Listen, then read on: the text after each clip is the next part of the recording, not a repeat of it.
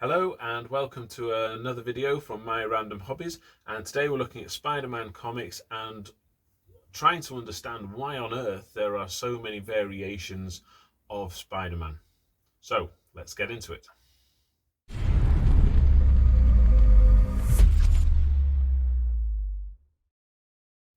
So you may recall from a previous video that I was looking at sort of getting into some comics, and Spider-Man for me was always the hero, the superhero that I would like to have been like as a child.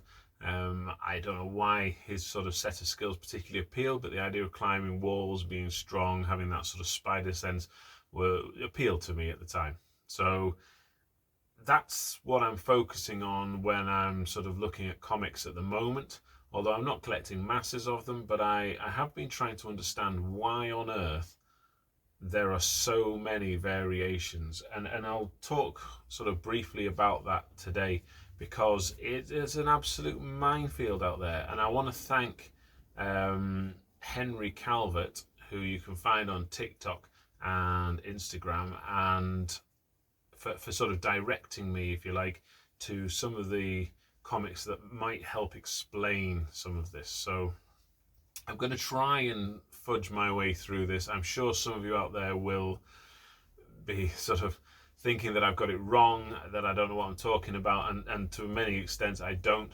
because I'm still trying to get my head around it completely.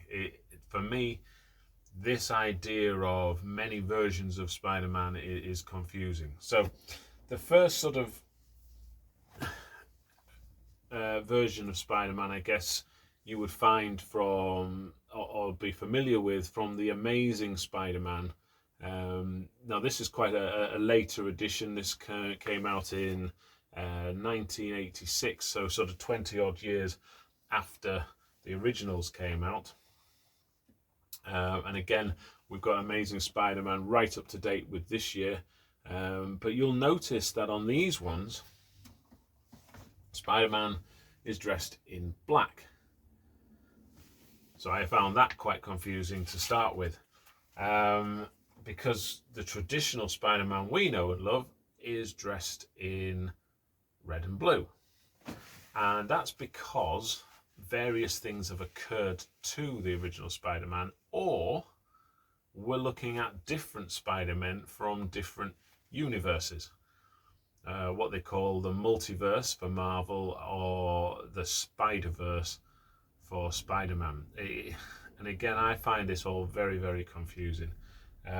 So we've got, if we look at it, there's a couple of key texts that were sort of highlighted to me. The Spider-Verse from sort of 2015, which, as you can see there, this one says, every Spider-Man ever.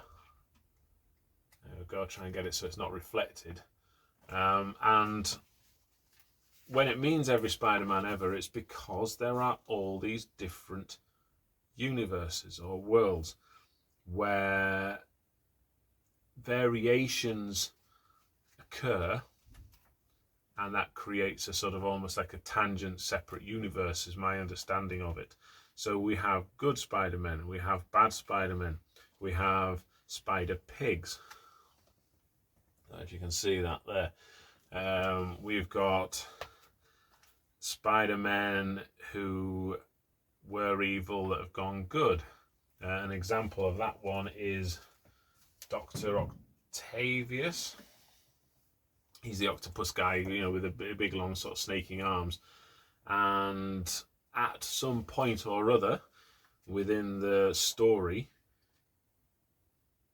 he takes over or swaps minds with Peter Parker. Peter Parker then dies in Dr. Octavius's body, from what I understand, and Dr. Octavius then takes on the sort of compassion from Peter's mind and becomes good.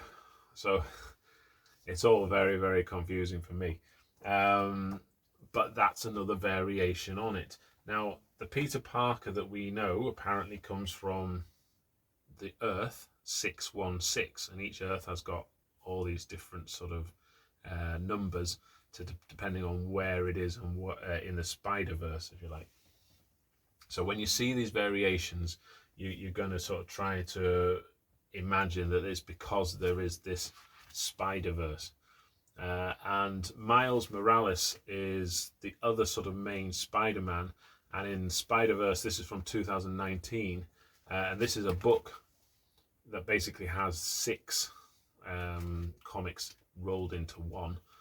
And Miles Morales is going around trying to save the Spider-Verse from collapsing and sort of trying to prevent disaster. So Miles Morales there as Spider-Man. He apparently is the sort of second most significant Spider-Man beyond Peter Parker, the original Peter Parker on Earth 616. I'm hoping I'm getting this right, and if I'm wrong, please do correct me. But then you've got other sort of Spider-Men. So Spider-Man 2099, some of you may have seen these out and about, and obviously depicted from Earth 2099 supposedly, but again a different character playing Spider-Man. I believe Aunt May becomes a Spider-Man in one of the worlds. As I say, I've mentioned there's a pig. Some of them are good, some of them bad. So that's why there's a variety of Spider-Men, and sometimes they come together from different universes into the one universe, which creates whole new storylines. It's quite a clever way of expanding the franchise. But again, we've had lots of variations on the title. Amazing Spider-Man, Spectacular Spider-Man, Spider-Man 2099, SpiderVerse. Then we've got other titles, things like Backlash Spider-Man. And again, lots of different characters cropping up in each of these comics, their own storylines. And then you have Marvel characters interacting with other Marvel characters. So here we've got Ghost Rider side by side with Spider-Man, and here we've got Spider-Man and Deadpool working together. So this sort of idea of the Marvel universe and the multiverse basically feeds into as many stories as they want to create. So the original Peter Parker on 616 is from the Amazing Spider-Man. And again, I think in this one, the reason he's black, and again, someone will correct me, I'm sure, is that he was cloned. There were symbiotic versions of Spider-Man created that could actually shoot webs out of their actual skin rather than needing attachments, if you like. So again, it's a sort of crazy world, really. But that's how it is, and these other versions of them believe they are the same Peter Parker. So for me, confusing. For me, I kind of wanted to get into Spider-Man and enjoy the stories and the storylines, and they are good. Please don't get me wrong, but there's so many variations and versions of it that you've got to find one that you like. I want to probably go back to the original, The Amazing Spider-Man, but the back copies for the originals are so expensive, or an awful lot of them are, that it's probably not worth me collecting those at this moment in time. So I'll probably just keep my eye out for slightly cheaper eBay bargains. I believe this is probably my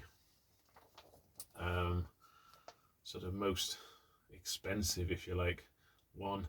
I didn't pay an awful lot for it, but it's, I think, something to do with the first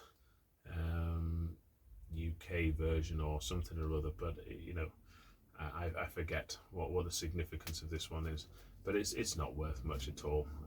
And again, I'm not into collecting for the sake of making money. I really want to do it because it's memories for me, and it's something I enjoy.